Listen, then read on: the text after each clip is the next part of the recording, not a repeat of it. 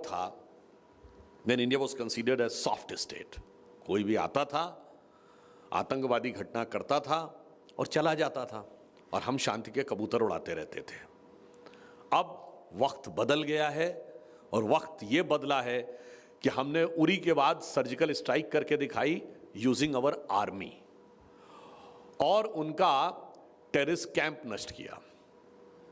पुलवामा के बाद हमने बालाकोट किया बाय यूजिंग एयरफोर्स और अब की बार टेररिस्ट बेस नष्ट किया।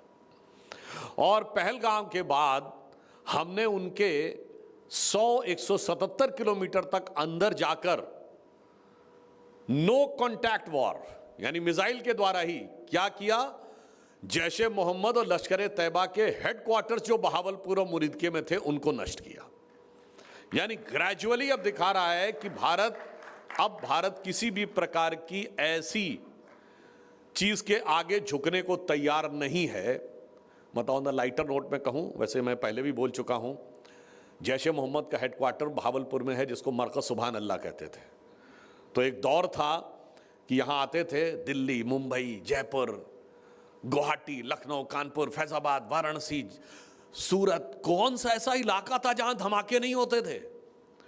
कौन से ऐसे चलती ट्रेन में धमाका, चलती बस में धमाका, बस अड्डे पे धमाका, लिखा रहता था छूना नहीं वरना कुछ बम विस्फोट हो जाएगा, बताना। यहां धमाके होते थे, वहां वो लोग बहावलपुर में बैठ के कहते थे मरकज सुभान अल्लाह में सुभान अल्लाह सुभान अल्लाह। और अब वो दौर आया है जब जाकर एक आतंकवादी ने कहा कि मेरे 14 लोग मार दिए गए, मेरे परिवार के, मैं भी मर जाता तो अच्छा था। यानी कहा वो सुभान अल्लाह कहते थे, अब कहते हैं या अल्लाह ये क्या कर दिया, या अल्लाह मेरे परिवार के 14 लोग खत्म हो गए।